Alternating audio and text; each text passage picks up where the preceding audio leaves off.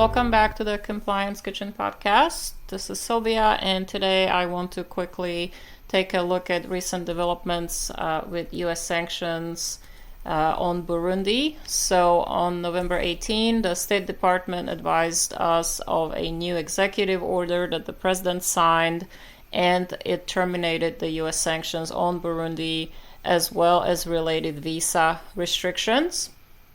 The State Department explained that the decision to terminate the sanctions reflects the changed circumstances in Burundi and the country's president and his pursuit of reforms across multiple sectors in the country over the past year.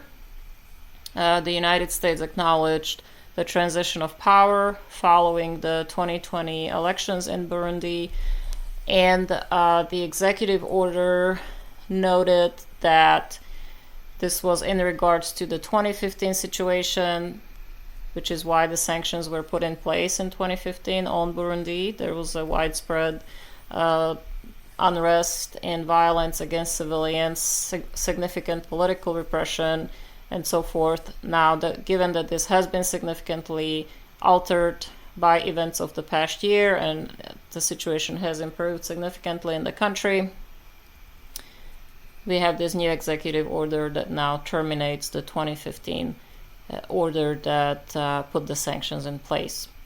So as a result of the revocation of the 2015 executive order, all persons blocked solely pursuant to the Burundi sanctions regulations have been removed from OFAC's SDN list, and all property and interests in property that was blocked solely pursuant to the Burundi sanctions regulations are now unblocked.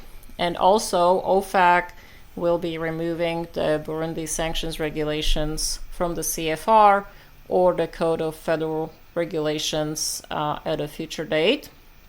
However, it should be noted that as it usually works with the sanctions programs, any pending or future OFAC enforcement investigations or actions that are related to apparent violations of the Burundi sanctions that occurred before the cancellation of these sanctions may still be carried out. So that's why you can sometimes hear that we have enforcement actions about sanctions that are no longer in effect, but if the problem behavior occurred while the sanctions were in force, the government can still pursue the situation, and you can still have an investigation and penalties being imposed, even though the sanctions may no longer be in effect. So,